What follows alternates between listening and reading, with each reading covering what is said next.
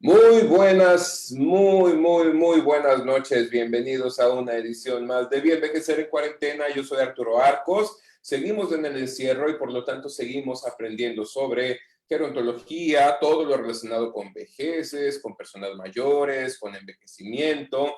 Y hoy tengo a un invitado muy especial para que nos acompañe esta noche y nos cuente acerca de un tema que pudiera ser pues bastante delicado, pero pues es importante tratarlo. Y eso es justamente lo que vamos a hacer el día de hoy.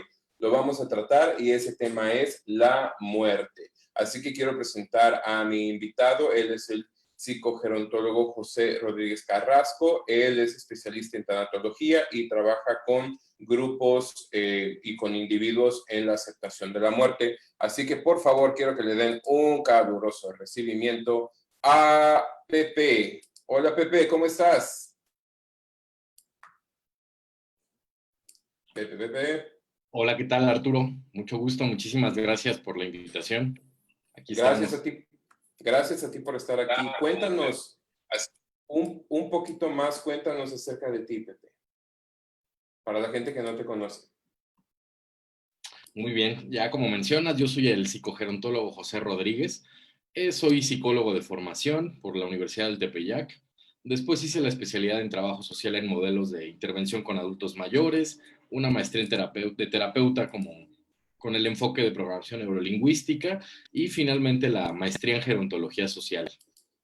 Entonces ya tengo un ratito, realmente yo creo que como 13 años dedicándome a temas de adultos mayores y bueno, poco a poco me fui metiendo en lo que son los cuidados paliativos. Entonces es mi labor diaria, es verdaderamente apasionante. Tú tratas con un tema que es complejo, que es muy demandante a nivel emocional, así que pues para que esta charla no se nos haga tan pesada, pues yo creo que vamos a necesitar un poquito de apoyo, ¿no? No sé tú, yo aquí tengo mi apoyo, este, oye, tienes tú tu apoyo para dar el tema, perfecto, pues salud. Muy bien, Arturo. Salud para empezar con esta charla. Así que cuéntame, Pepe, cuéntame, ¿qué son los cuidados paliativos? Para dejar claro desde el principio, porque la charla del día de hoy se llama Morir con dignidad, cuidados paliativos y voluntad anticipada. En un video previo yo ya había expuesto con algunas personas específicamente esta idea del morir con dignidad y se refiere a, pues básicamente cumplir con todo aquello que la persona requiere para que su muerte sea considerada como digna, ¿no? Y los cuidados paliativos, pues nos sirven muchísimo para esto, ¿no? ¿Sí nos cuentas un poco de qué son los cuidados paliativos?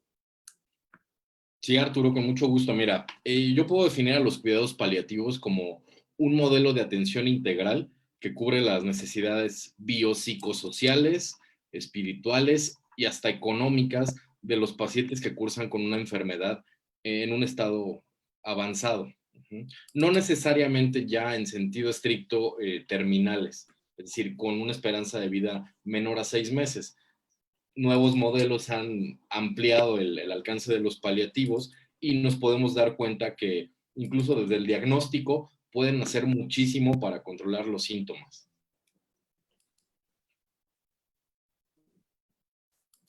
Ok, entonces, entonces los cuidados paliativos no es nada más lo que puede hacer una enfermera para que la persona, digamos, no tenga dolor, para que pueda dormir, sino que nos referimos a todo, ¿no? A todo lo que rodea a la persona que se encuentra, ¿cuál sería el término correcto para usar aquí? ¿Moribunda, en etapa terminal? ¿Qué pudiéramos decir el término?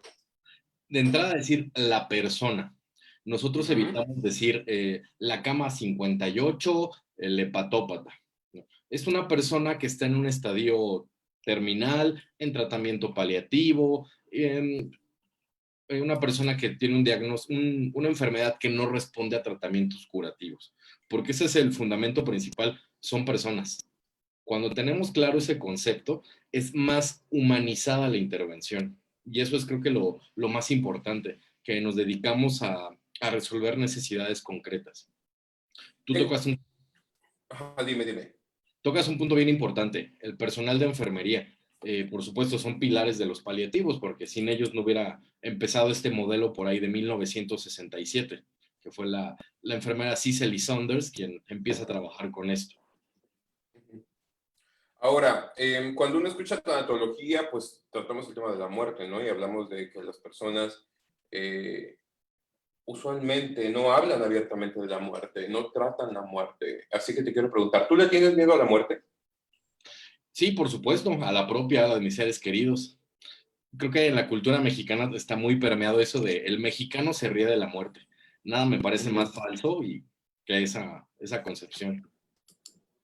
Entonces, el que seas un tanatólogo no te exenta de sufrir la muerte, no es que, ay, bueno, se murió, ni modo, se murió y ya al día siguiente estás como si nada, ¿no? Esa es una falsa idea. Sí, digo, al final, reitero el punto, como personas tenemos esferas que nos integran, la familia, los hijos, pareja, etcétera. Entonces, por lo tanto, el pensar en no volver a verlos es una situación muy común en los pacientes paliativos, ¿no? Son pendientes que se quedan. Yo con esto te quiero recalcar una de tantas experiencias donde dicen, yo después de un trabajo psicoterapéutico con una paciente, llega el intensivista y me dice, ¿quién es el psicólogo? Yo, ¿qué pasó?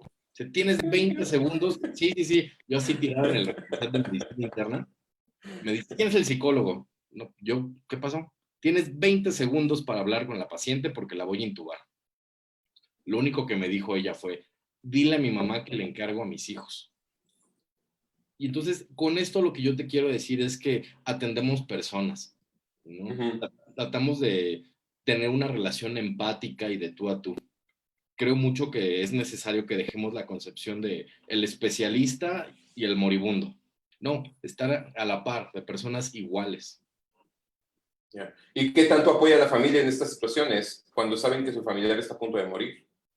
Eh, Básicamente son dos reacciones mutuamente excluyentes. O son familias que se integran o salen huyendo, y yo le llamo que es como el juego del stop del cuidador.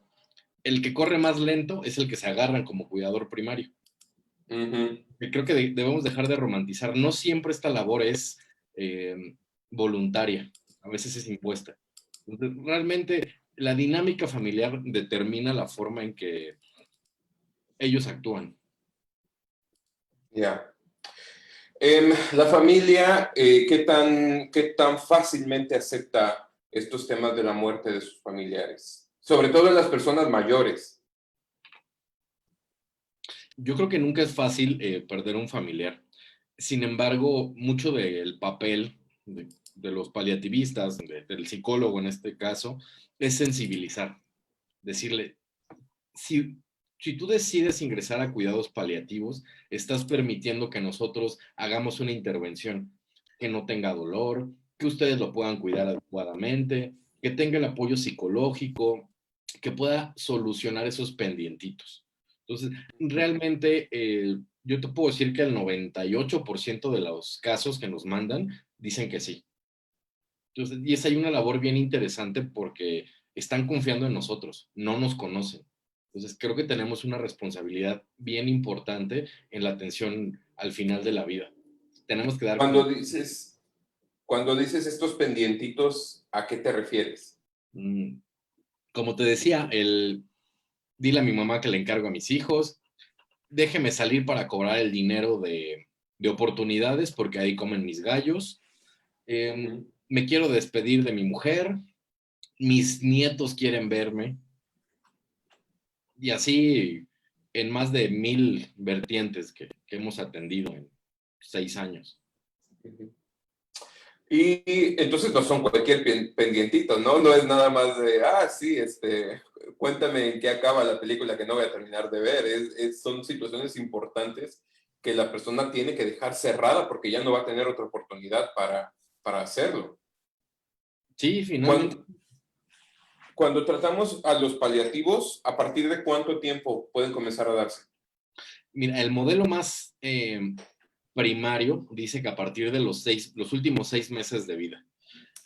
Pues bueno, hay nuevas vertientes en Inglaterra, principalmente, bueno, Inglaterra, Estados Unidos, Canadá, donde extienden el inicio de los paliativos al momento en que surge el diagnóstico.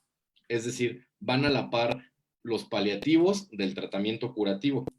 De hecho, en sistemas de salud avanzados se les conoce como unidades de soporte sintomático y cuidados paliativos. Entonces, el cuidado paliativo, por ejemplo, digamos, a mí me detectan demencia y yo ya sé que de aquí a, pueden durar aproximado, de aquí a 5 años, pues mis procesos cognitivos se van a ir deteriorando, cada vez voy a ir teniendo un menor control sobre mis pensamientos, sobre mis impulsos, sobre mis acciones. A partir de ese momento en que me dan el diagnóstico, ¿yo puedo comenzar a tener tratamientos paliativos? Sí, por supuesto. En el sentido farmacológico, de estimulación cognitiva y sobre todo legal, ¿no? Hacer este proceso de juicio de interdicción para que no queden los pendientes ahí que generen conflictos en las familias. A partir, a mí me parece algo muy, muy fuerte el que las personas digan, ok, ya acepté que me voy a morir y ya estoy en paz con que me voy a morir. Y me parece algo que he visto honestamente más en situaciones como películas y demás, cuando la persona se da cuenta de que ya se va a morir este, porque pues ya ve que está el suelo del avión de donde se cayó, ya está a 5 metros y ya como que se resigna, ¿no? Y es este flash de decir, ok, acepto la muerte en esta milésima de segundo. Pero hay personas que aceptan la muerte y se preparan para la muerte desde antes y que ya están mentalizadas para que se van a morir, aun cuando no se vayan a morir eh, eh, inmediatamente. Eh, Tocas un tema un poquito complicado, creo que al final parte de nuestra filosofía de vida. Si nosotros somos personas generalmente quejumbrosas, poco abiertos a nuevas expectativas, esto nos va definiendo. Y tú como psicólogo lo sabes, ¿no? La personalidad ya está consolidada y se mantiene en la vejez. Entonces, creo que ahí es un trabajo bien importante o lo que yo percibo como una bendición de trabajar en paliativos. Estamos tan cercanos a la muerte que esto nos hace valorar el café de la mañana, el momazo que acaban de compartir. Entonces, Uh -huh. realmente estar aquí y ahora, porque no sabemos si ahorita nos tiembla, nos cae un dinosaurio, llegan los depredadores, no lo sé ya. En este séptimo nivel del año, no sé. Ya estamos en, ay, qué cosa, ya no vamos a saber qué es lo que ocurre en un momento. Tú ahora me imagino que en el hospital donde estás trabajando estás viendo más casos y yo creo que estos casos se han complicado también por el hecho de que las personas pues están muriendo solas, sin poderse despedir y después de haber atravesado un proceso no nada más de incertidumbre, sino de muchísimo miedo. ¿Cómo le haces frente a esto? ¿En lo personal o en lo profesional? Ambos. Yo creo que en lo personal sí me doy la oportunidad de decir, estoy cansado, estoy triste, me pega y tomo mis espacios. Yo como te decía, bueno, mi cumpleaños pasó en la cuarentena. Dije, pues mira, tengo de dos sopas ya, aplausos. Pues me voy a consentir y me voy a comprar la consola. Si me muero, no la pago. Si vivo, la disfruto. Entonces, realmente tenemos esa oportunidad, ¿no? De adecuarnos. En lo profesional es un reto porque la información llega muy reciente, sin digerir de otros países, y es ahí como estamos agarrando herramientas. Y es ahí donde, bueno, colaboro mucho con trabajo social, de intervención en crisis y ayúdalos en el trámite, en el proceso, explicarles. Entonces, es algo bien interesante y sobre todo transdisciplinario. A veces vemos en internet estos videos de las personas afuera de los hospitales y los centros de salud llorando y diciendo, no, aquí me lo mataron, él entró bien y se murió de otra cosa y le dijeron que es COVID y lo mataron para, pues, lo del líquido de las rodillas y lo de esto y lo del otro, que nos da risa, pero pues estamos hablando de un familiar que está en un estado de shock porque su ser querido acaba de morir, ¿no? ¿Si hay una justificación para esto? Realmente es un proceso de duelo un poquito extraordinario. Como dices, es que entró caminando y de repente ya me hablan y me dicen que ya falleció. Entonces son condiciones extraordinarias. A veces no tenemos, bueno, más bien yo no he tenido la oportunidad de trabajar con los pacientes. Pero te puedo compartir que el primer caso que atendí de familiares de pacientes, de personas con diagnóstico de COVID, decían, es que yo lo que necesitaba era esto, que me escucharan, que me trataran como persona. Yo dije, claro, retomemos esta atención centrada en la persona. Esa es la clave de humanizar los servicios de salud. Y ahora, con el caso de los cuidados paliativos integrales, ¿quién tiene que estar involucrados en estos cuidados? Ya sabemos que es la enfermera, ya sabemos que eres tú como psicólogo. ¿Quién más tiene que formar parte de este equipo? Bueno, un equipo de cuidados paliativos ideal incluye médico, enfermera, psicólogo, trabajo social, fisioterapeuta, terapeuta ocupacional, algún representante religioso de acuerdo al credo de cada persona, abogados, híjole, voluntarios, por supuesto, que tienen un papel importantísimo. ¿Y tenemos algo así en México? Yo no conozco un modelo completamente integral. Creo que, por lo menos en la experiencia de paliativos donde yo estoy, ha sido una carrera de resistencia, no de velocidad, donde poquito a poquito vamos creciendo y se hace magia con lo que se tiene. Eso es algo bien bonito. ¿Tú estás trabajando en paliativos desde el 2000, qué dijiste? La unidad se consolidó el 13 de marzo del 2014. Yo empecé a trabajar en el tema en septiembre del 2010. O sea que llevas 10 años trabajando en paliativos. Sí. ¿Qué avance hemos tenido que tú hayas percibido en cuidados paliativos y en, pues sí, en atención a la muerte en estos 10 años? ¿Hemos avanzado? Sí, sobre todo la parte de sensibilización. Creo que cuando los médicos se dan cuenta del beneficio que tienen apoyándose en nosotros, nos solicitan más y más intervenciones. Se han ampliado el catálogo de medicamentos necesarios en paliativos. Cada vez los directivos están más sensibilizados, ¿no? De nuestro papel. Y nos damos cuenta que hay muchas más personas que quieren participar y eso es verdaderamente halagador. Hay reformas legales, normas oficiales mexicanas, entonces sí se va trabajando y se van dando resultados.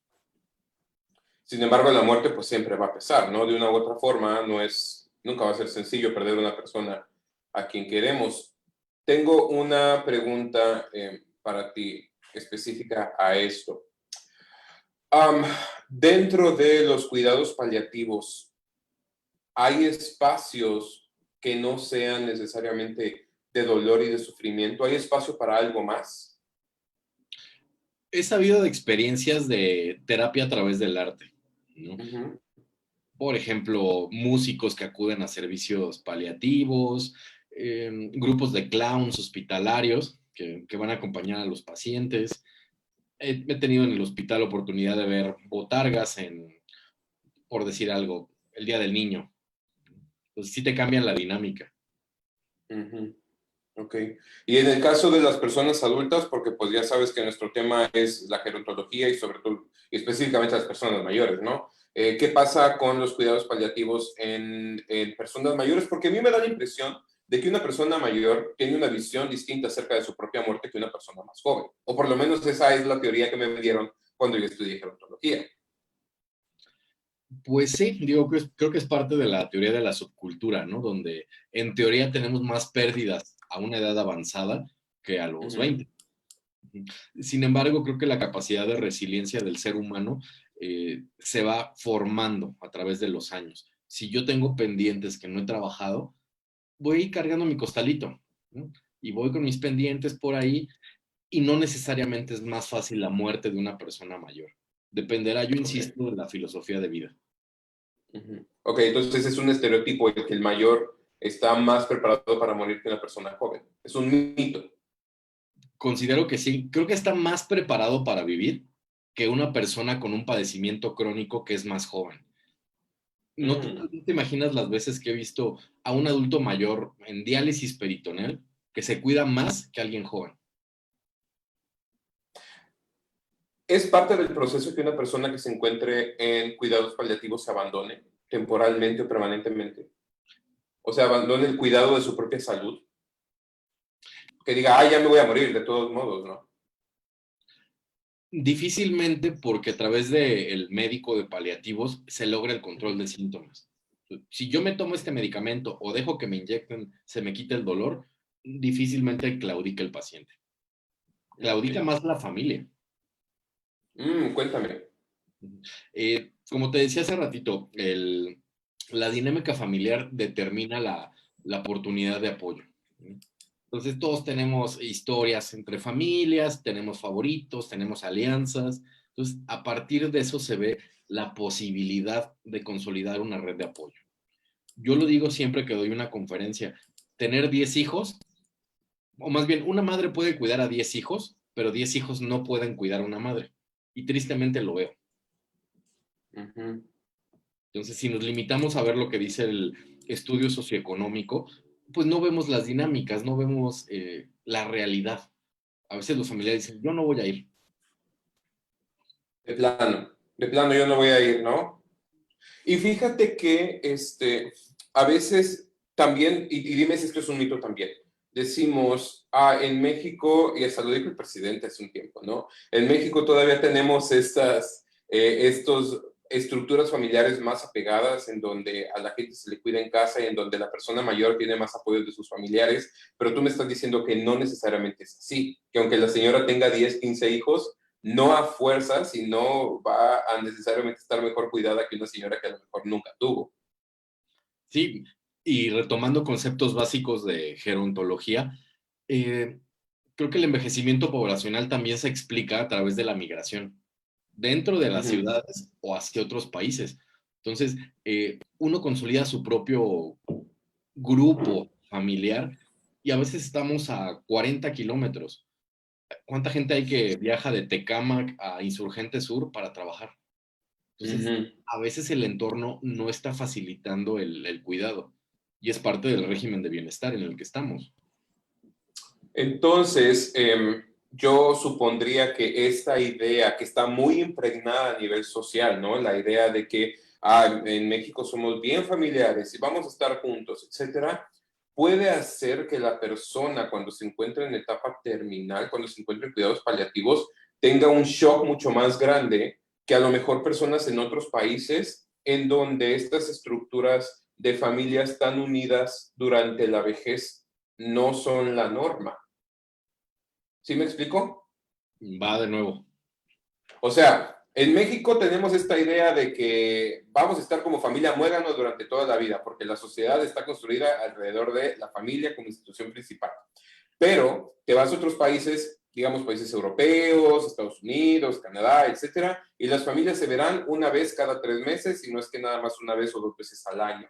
Y aquí no das por sentado que tu familia va a estar necesariamente ahí.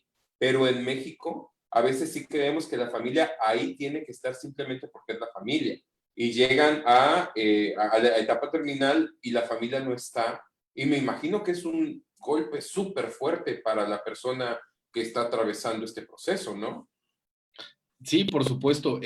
Yo como te decía, tenemos que considerar el tema de dinámicas de grupo, cómo interactúan los sujetos para conocer cuál va a ser su disposición para apoyar. Yo recuerdo mucho un caso de un paciente que incluso dentro del hospital escribió su poema hacia la muerte. Y bueno, le habla a trabajo social, oiga, la vamos a reportar al Ministerio Público como caso médico legal. La chica tiene a bien decir, hagan lo que quieran, yo a ese señor no lo voy a ver, porque fue un alcohólico y un golpeador. El día que se muera, me avisan, Salud, por cierto. salud, salud, pero es de la que tiene 1.8. Sí, ¿verdad? Está igual. Entonces, yo no voy a ir porque nunca estuvo para mí. Cuando se muera me avisan, voy y pago y me llevo el cuerpo. Entonces, la historia de vida familiar determina importantemente la disponibilidad de apoyo. Quiero leer algunos de los comentarios que está poniendo aquí la gente. Te mandan muchos saludos. Laura, María Guadalupe, Lucy, Lorena, Irma. Profesor, mis respetos, es un gran ser humano. Mira, traes tu porra. Gracias. Lilia, perdón, Patricia, Mirna. Nos pregunta Leslie, bueno, nos dice, es difícil cuando el adulto mayor está tranquilo y listo para morir, pero la familia es quien no los deja partir tranquilos y se aferran a ellos. Cintia, saludos Cintia, Liliana, En muchos casos el problema no es el paciente, sino la familia que se aferra a no dejarlo ir. Mira, estamos de acuerdo en todo esto, ¿no? Rebeca, saludos. Hinojosa, saludos. Marta, muchos saludos. Marta de Luz, buenas noches. Celia Alejandra, Raúl Ramos, Liliana.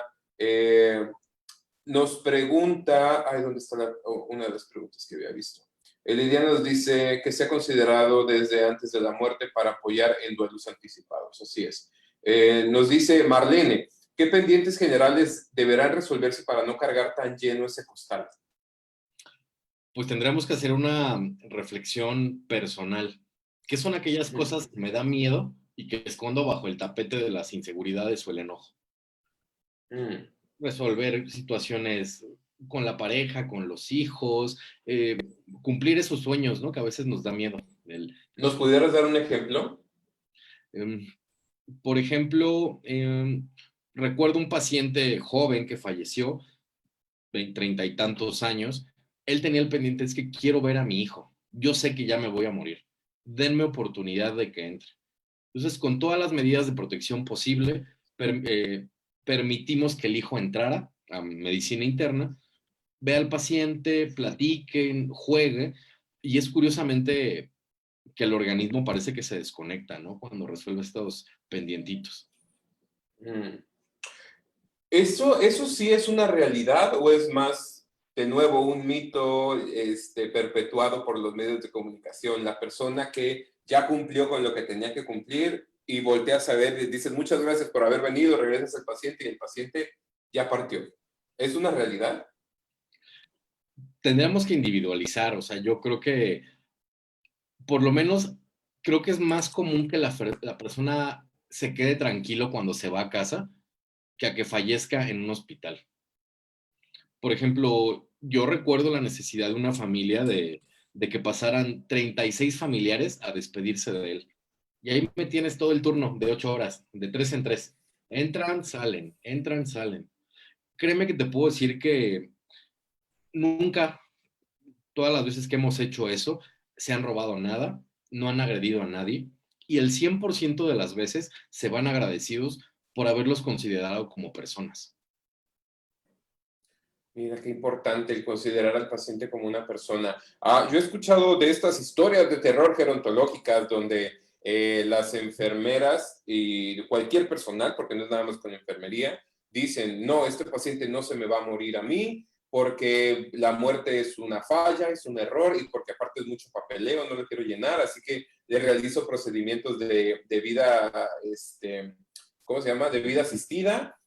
Ajá, para que la persona no se muera en mi turno y prolonga la agonía durante 8 horas más. ¿Te ha tocado? Yo me imagino que ahora donde estás no, porque pues tienen un departamento entero de tanatología, pero ¿te ha tocado escuchar o verlo en otros espacios? Sí, fíjate que yo creo que más que hablar de alguna profesión, hablo de personas con duelos inconclusos, ¿no? A veces me engancho con este paciente que me representa a mi hijo, que me representa a mi papá, y digo, como no trabajé ese duelo, no lo quiero volver a vivir.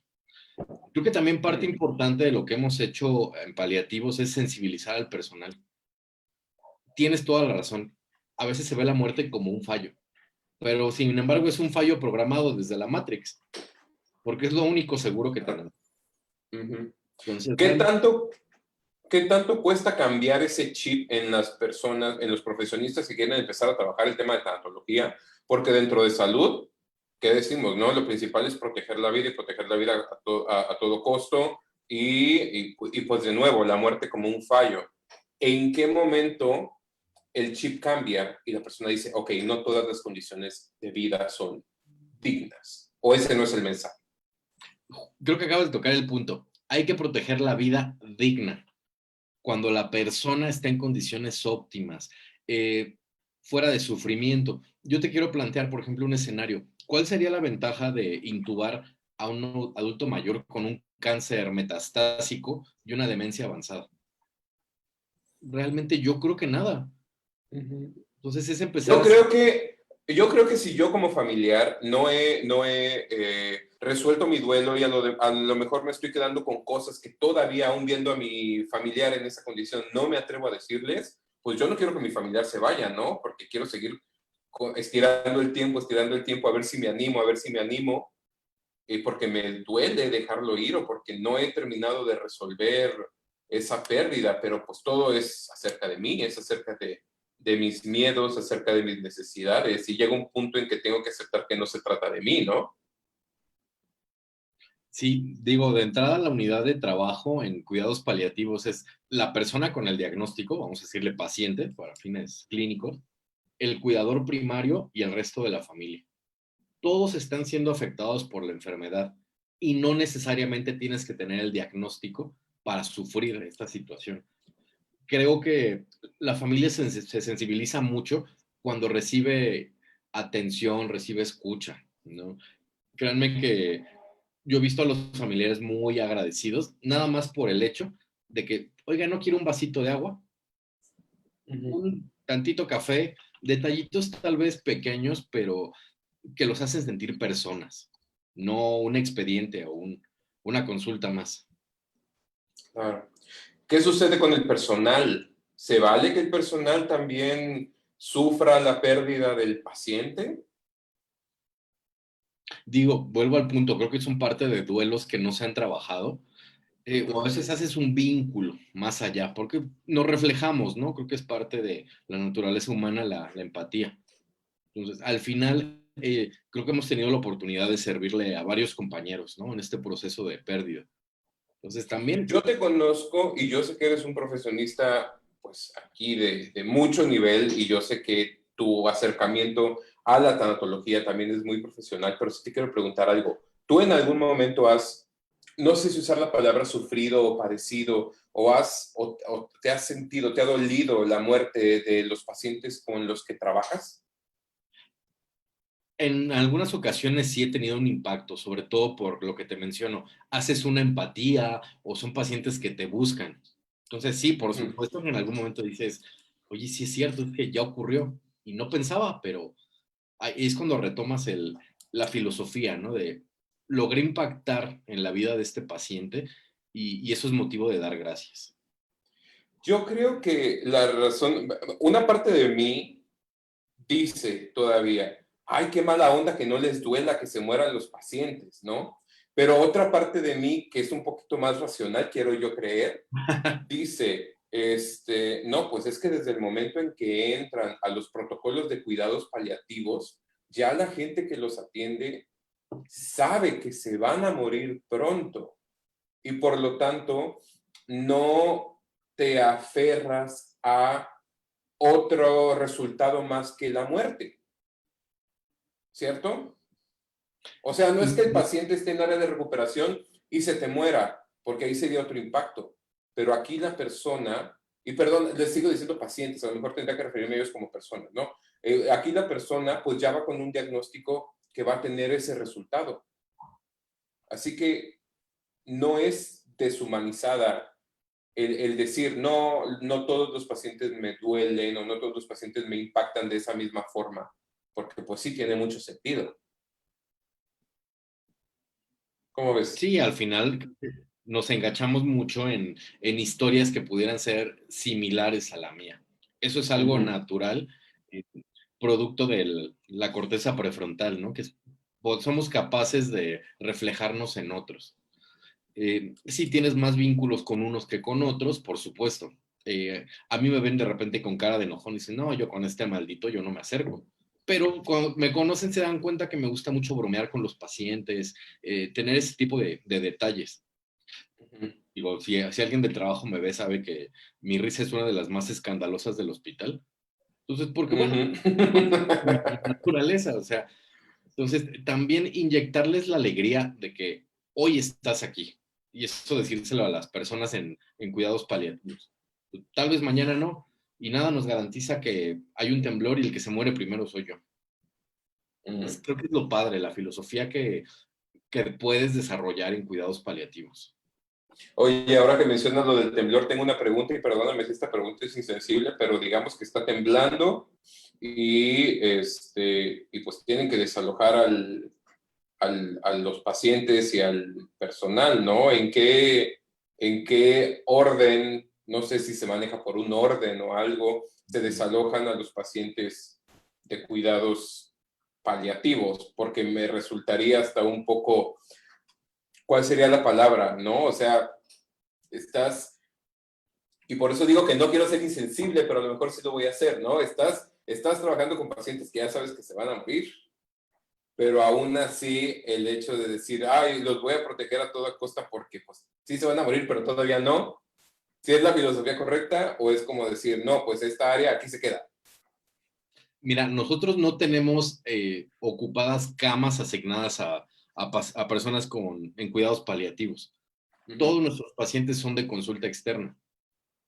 Ah, ok. Entonces, llegan, se valora y vámonos a casa. El punto es que si quieren y el entorno familiar lo permite, que estén en domicilio, vienen con nosotros a control de síntomas, ¿no?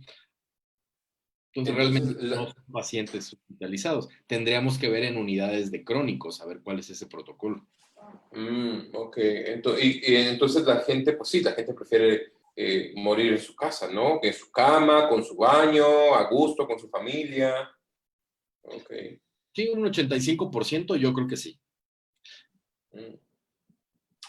¿Y qué sucedería con pacientes que no tienen un hogar, pues digamos, adecuado en el cual pasar sus últimos días, o no tienen una red de apoyo, o simplemente es población que no tiene una casa? ¿Qué se hace en esos casos? Efectivamente, hay situaciones en que el paciente no tiene alternativas de cursar la etapa final de la vida en domicilio. Por ejemplo, situaciones de violencia, no tener redes de Ujú. apoyo, que van a presentarse síntomas de difícil manejo al final de la vida. Es ahí cuando se determina y se platica con la familia que, si así lo deciden, lo mejor es que el desenlace sea en el hospital. Se tramitan pases de 24 horas, se hacen algunos flexibilidades en los reglamentos para que puedan estar ahí. Entonces, sí ocurre y al final el paciente decide dónde estar. O sea, no es negarle la atención, es que decidan cuál es la opción que más les acomoda. Sí trabajamos en un traje a la medida. Esta parte de la decisión es súper importante porque uno de los pilares de la bioética y del correcto manejo de personas es la autonomía, ¿no? Y por encima de la decisión del paciente no puede haber nada. Sí, efectivamente. Entonces, mucho de lo que pedimos al personal médico es, identifico a esta persona como potencialmente candidato a paliativos, que nos mande la interconsulta lo antes posible, para que el paciente decida. Mm. A veces las condiciones no nos lo permiten, entonces ahí tenemos que hablar con la familia. ¿Qué sucede con estos casos familiares? Y no sé si siguen existiendo, pero a mí sí me tocó verlos e incluso en situaciones familiares, ¿no? De decir, vengo por el diagnóstico de mi papá, su papá tiene cáncer, híjole, doctor, no le diga, nadie de la familia le va a decir, porque si le decimos se nos va a morir más rápido. Digo, finalmente el paciente, y está consumado en la Ley General de Salud, la persona con el diagnóstico tiene el derecho a recibir toda la información que él me pida. Esto se le llama orden de prelación. Primero yo Ujú. decido sobre mi cuerpo, después mi pareja, mis hijos, en cuarto grado mis hermanos.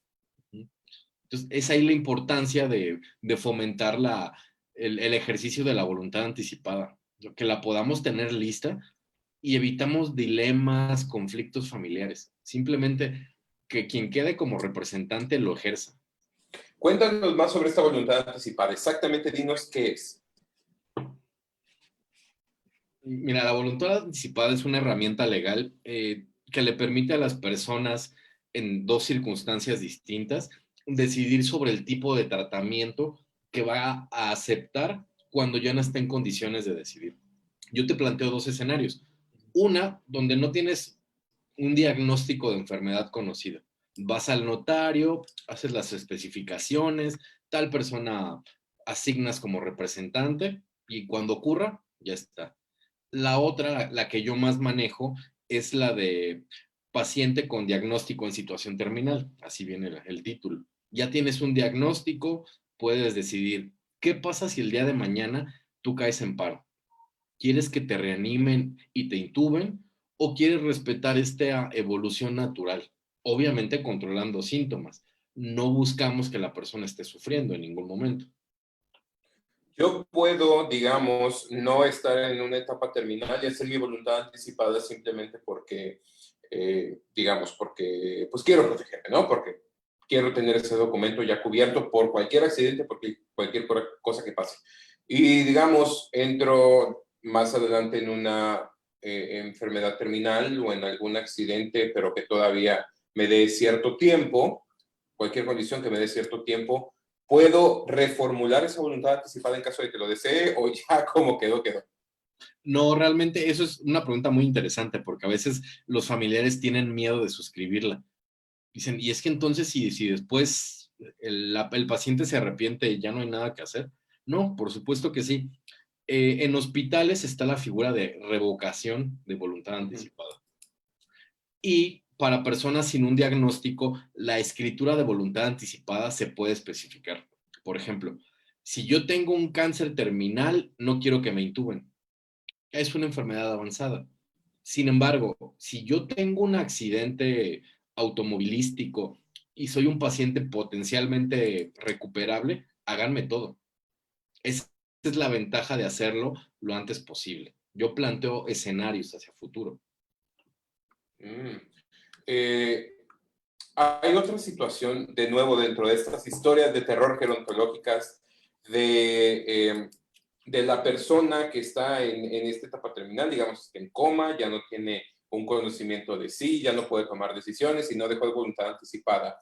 Y luego hablan a un familiar lejano, porque es el único familiar que tiene, y le dice, oye, tú tienes que decidir si lo desconectamos o lo dejamos aquí entubado. Esto sí es algo que ocurre, no me va a aparecer luego por ahí un tío que no conozco y que yo tenga que decidir si lo desconecto o no.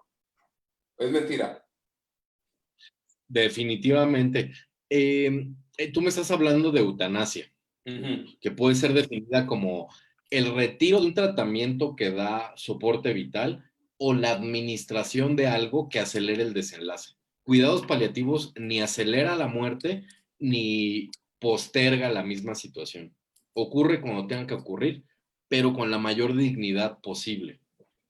Okay. Y dentro de los cuidados paliativos no existe la forma de combinarlos pues con la eutanasia. Digamos, tengo este proceso programado para tal fecha y mientras tanto quiero tener los mejores cuidados posibles.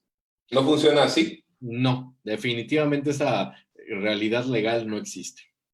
Aquí buscamos dignificar a la persona lo más posible. Y yo creo que es ahí mucho de la polémica. Inicialmente surge la eutanasia justamente porque el dolor que algunas personas con cáncer presentan si dicen, a mí ya por favor acaben con este sufrimiento. La antítesis a la eutanasia son los cuidados paliativos, que la persona esté bien. Y ahí nos damos cuenta que la gente no quiere dejar de existir, no quiere dejar de ver a la pareja, a los papás, a los hijos. Lo que no quiere es sufrir.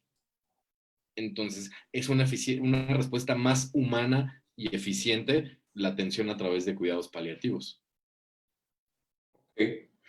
Dentro de estos mismos cuidados paliativos, ¿es posible que la persona en ese momento cercano a la muerte redescubra o revalore ciertos aspectos de su existencia?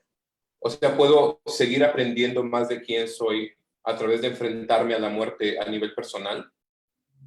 Sí, parte del descubrimiento se puede dar a través de la psicoterapia con los pacientes terminales, donde se da la oportunidad de, a ver, ¿qué es lo que realmente me aterra?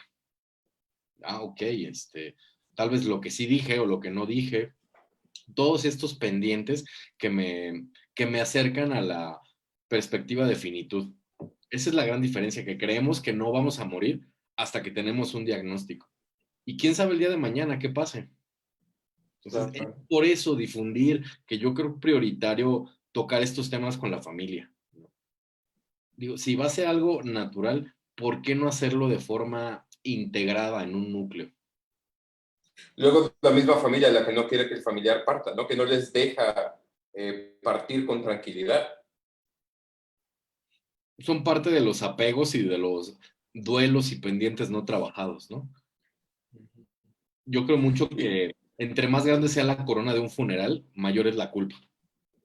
Ah, Este, ¿cómo le puedo hacer yo si tengo un familiar que se encuentra en cuidados paliativos para asimilar, no necesariamente más fácilmente, sino de forma más eficaz esto? ¿Puedo? O sea, ¿hay alguna fórmula mágica para que no me duela que se me muera alguien? Yo definitivamente creo que no hay atajos para el dolor. El duelo es un proceso vivencial que requiere un papel activo de la persona que lo vive. Entonces, si yo me comprometo a decir, hoy quiero llorar hasta quedarme dormido, es válido. Pero también al día siguiente me voy a enfocar en tener recuerdos positivos de la persona que se me fue. Entonces, poco a poco vamos a ir en este proceso pendular, que es lo más reciente que se conoce del duelo. Momentos muy malos y momentos muy buenos. Y así, en el duelo vamos a estar oscilando. Los cuidados paliativos terminan en el momento en que la persona fallece. ¿Es correcto esto? No, la persona fallece si cumple los trámites administrativos, se les da el certificado de defunción en el hospital y Ujú. se le ofrece el apoyo tanatológico a la familia. Es decisión de El, cada uno. el apoyo tanatológico a la familia forma parte de los cuidados paliativos. Sí. Al menos en el modelo en el que yo conozco que hemos ido armando, sí. ¿Y con qué frecuencia la familia acepta ese apoyo? Mm, creo que no más de un 40%. Mm. No es tan frecuente entonces. Sí, no, no es ¿No? lo que predomina. ¿Y tú recomendarías que la familia tenga su apoyo tanatológico después de la muerte del familiar? La recomendación es, o más bien, el ofrecimiento está. Nosotros les explicamos en qué les puede ayudar. Hay personas, particularmente los familiares que más han cuidado al paciente, son quienes dicen, es que yo no lo necesito. Yo cuidé, yo estuve ahí cuando me necesitó. Yo estoy Ujú. bien. El duelo patológico es para los que no cuidaron. Eso sí es lo más común. Ok, entonces la persona que estuvo, que se entregó al rol de cuidador, no le va a padecer tanto, ¿no? Porque esto sí es algo que yo he visto a veces, ¿no? La persona cuida durante meses, durante años, se desgasta, la persona fallece y por supuesto que me duele, pero al mismo tiempo también me siento pues un poco liberado, ¿no? Porque pues ya va a sonar feo, pero ya puedo hacer otras cosas. Ya puedo dedicarme a algo más que no sea cuidar a una persona que cada vez requiere de más atención constante. Y lo digo que parece cruel porque tú dices, oye, si te acaba de morir tu familiar, ¿cómo vas a encontrar algo positivo en esa muerte? Pero también es válido, ¿no? Para la persona que cuidó durante tanto tiempo. Sí, son manifestaciones bien curiosas en el cuidador primario. Hay presencia de dolor, de tristeza, pero también de alivio. Yo ya no lo veo quejándose de dolor, ya no veo que sufre. Entonces, llegó el desenlace y acompañado de un servicio de cuidados paliativos. Entonces, creo que es mejor la percepción, porque como te decía hace rato, adquirimos una responsabilidad bien importante, que es acompañar a gente que está en un momento muy difícil de su vida. ¿Con qué frecuencia los pacientes terminales o las personas en esta etapa? A ver, aclárame de una vez, es mejor que les diga personas y no pacientes, ¿cierto? ¿O cómo sería lo correcto? Mira, si nos centramos mucho en el ámbito clínico hospitalario, paciente. Ujú. Sin embargo, creo que resignificando y teniendo un enfoque más humanista, es una persona. Cuando decimos paciente, me pierdo de la perspectiva de que esta persona es papá, es hijo, a lo mejor es arquitecto, le va a la América, etcétera. Tiene distintas facetas. Por eso la importancia de hablar de personas. Ok, no, no es nada más una persona que está, o sea, no es nada más un ser que está padeciendo una enfermedad, ¿no? A eso vamos. Sí. Ahora, este modelo que tú manejas en tu centro de salud, a mí me parece una maravilla, pero al mismo tiempo yo me pregunto, ¿cuántas instituciones de salud tienen algo similar a lo que tú estás trabajando? Mira, es algo que desde el 2014 va creciendo. No te puedo dar una cifra exacta, pero Ujú. cada vez hay más unidades. Particularmente lo que se ha hecho en el Estado de México es digno de reconocimiento porque más y más unidades se van sumando. Muy apegados a nuestra realidad. Nosotros empezamos sin médico. Entonces, y así, aguantando críticas, haciendo oídos sordos, pues ya llevamos todo este caminote. Ya tenemos un médico y eso nos ayuda muchísimo. Entonces, pero se va consolidando. Y además, quiero que el público lo tenga presente. Tiene el derecho de exigirlo en unidades de segundo nivel. Está en la ley. ¿Hay muchas personas interesadas en formarse como tanatólogos? Sí, Es complicado, ¿no? Es un tema tabú, estás tratando de la muerte.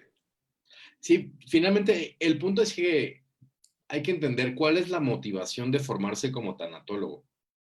Ayudar a mis Ujú. propios duelos o servir al prójimo. Entonces, antes que tanatólogo, vayamos a terapia.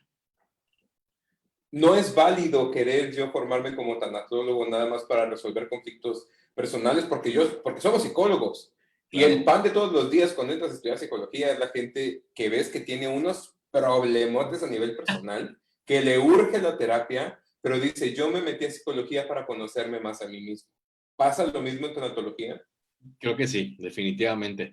Eh, Creo que el ser humano tiene la tendencia como las caricaturas que esconden la basura abajo del tapete y según ellos no se ve. Ujú, ujú. Pero ahí está el cerro, así. Sí, y se paran encima. ¿Y cuál basura? No, aquí no hay nada. Está planito el suelo. Quiero leer algunas de las preguntas. Está haciendo muchas preguntas, ¿no? Amairani nos dice, ¿cómo sabes que la familia no quiere dejar ir al adulto mayor? ¿Cómo te das cuenta de eso? Porque tengo un contacto directo, hago entrevista. Eh, una ventaja importante de cuidados paliativos es abordar directamente, entender dinámicas, darles la oportunidad de varias consultas. Entonces, a veces el impacto es tan grande en las familias que no saben ni qué te quieren preguntar. Yo les digo, mira, anoten en su libretita para la próxima consulta. Me imagino que muchas familias también expresan este duelo y este proceso de formas no típicas, ¿no? O no existe algo como tal. Sí, no, realmente de repente hay personas con una actitud agresiva. Sin embargo, por el trato que pudieron haber recibido. Cuando están en cuidados paliativos, y eso es algo muy bonito, que nos definan como una de las caras más amables de un hospital.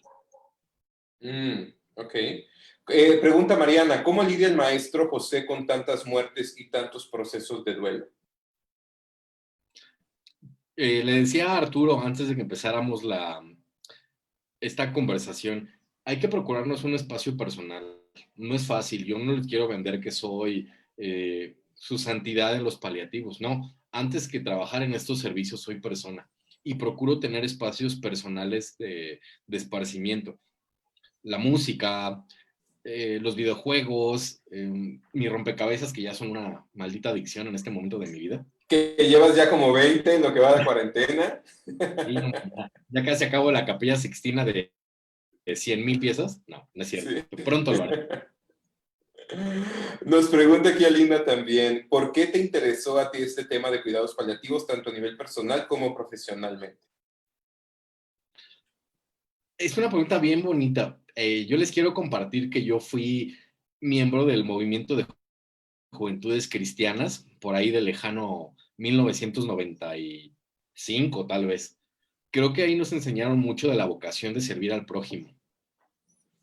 Creo que eso me lleva a ser psicólogo, y eso me lleva a ser gerontólogo, y eso me lleva a ser paliativista.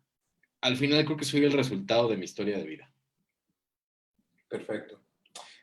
Alex, ¿cómo te mueves y actúas en una situación como trabajador y ser parte de un equipo cuando tu amigo acude ante la demanda por una enfermedad oncológica y lo acompañas de ambos lados? O sea, ¿cómo apoyas cuando eres amigo o familiar, pero al mismo tiempo eres el profesional que está atendiendo a esa persona?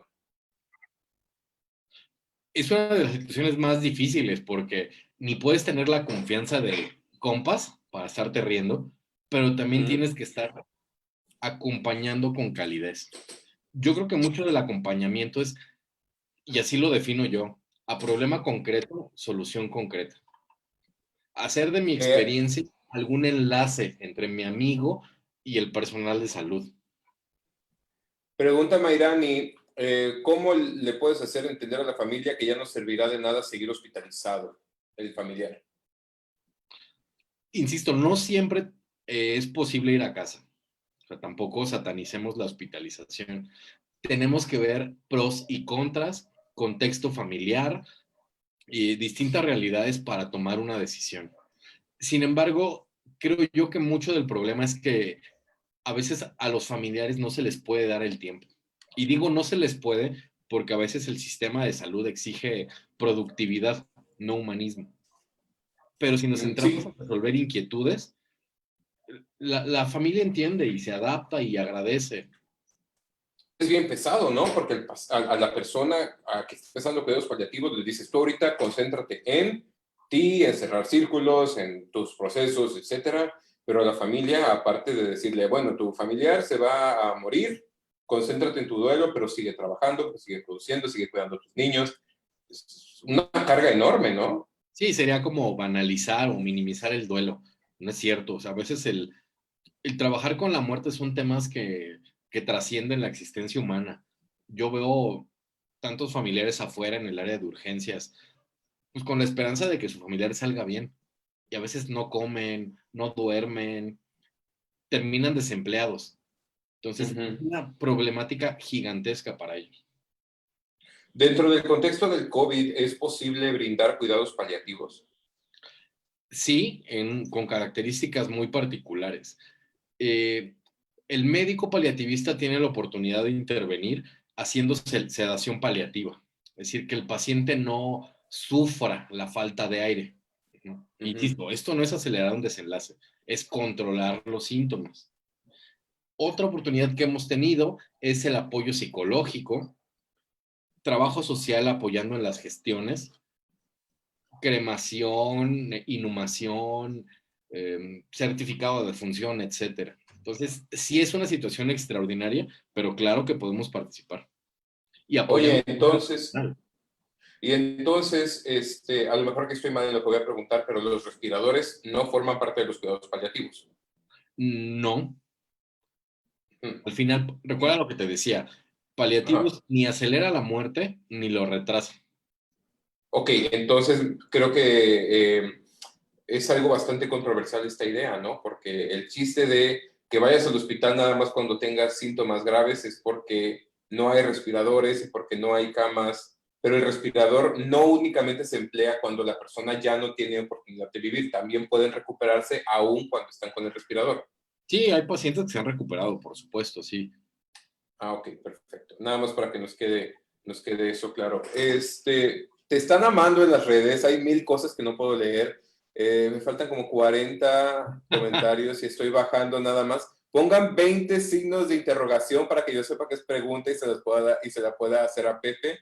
Si alguien Eh, de Coppel está escribiendo, no voy a pagar hoy, ya cerraron.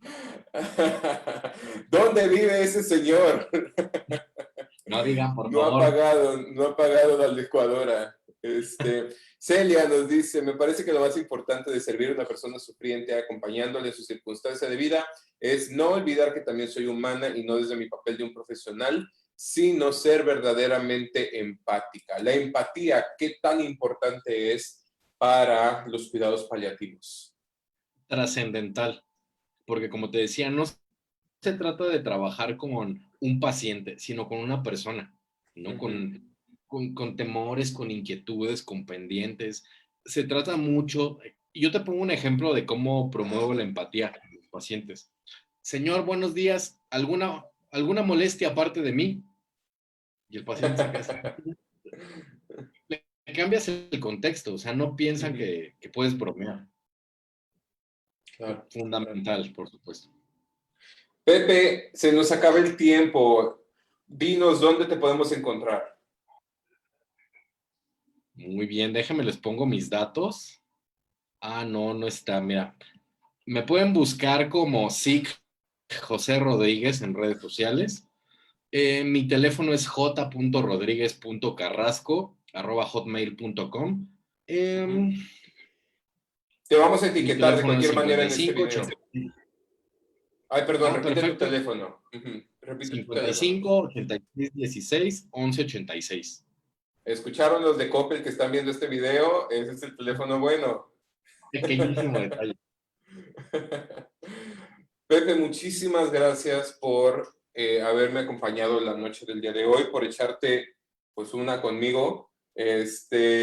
Ha sido un placer aprender de ti, como siempre lo es. La gente se va muy contenta, con mucho conocimiento y con muchas preguntas más, así que muy probablemente te vamos a tener por aquí de nuevo pronto. Claro que sí, para servirles y lo importante del conocimiento es acercarlo a quien lo necesite. Entonces, cuenten con toda mi disposición.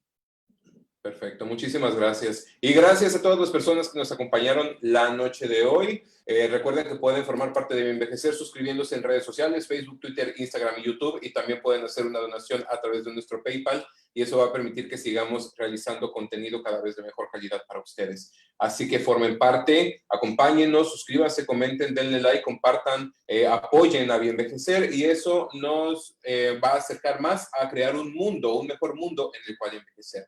Yo soy Arturo Arcos, esto ha sido Bien Envejecer en Cuarentena. Nos vemos el día de mañana, viernes, con el último tema de esta semana. Pórtense bien, cuídense mucho y que pasen buenas noches.